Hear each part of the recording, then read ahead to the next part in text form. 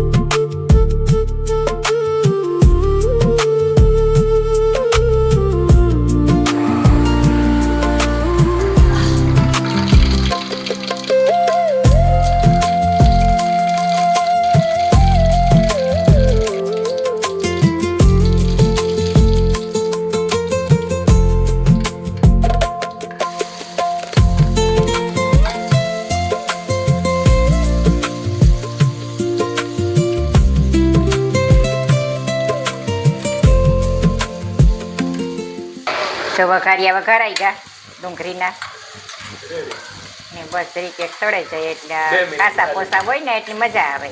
આ બહુ પાકવા દઈએ તો ત્યાં શાક જેવા થઈ જાય. તરીક કઈ વાર રાખીએ એટલે